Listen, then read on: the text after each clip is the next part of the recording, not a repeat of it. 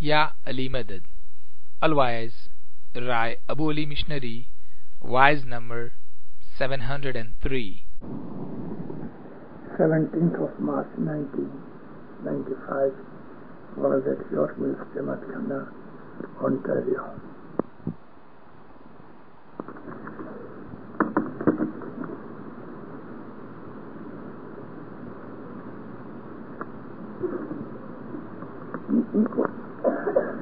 Yani madad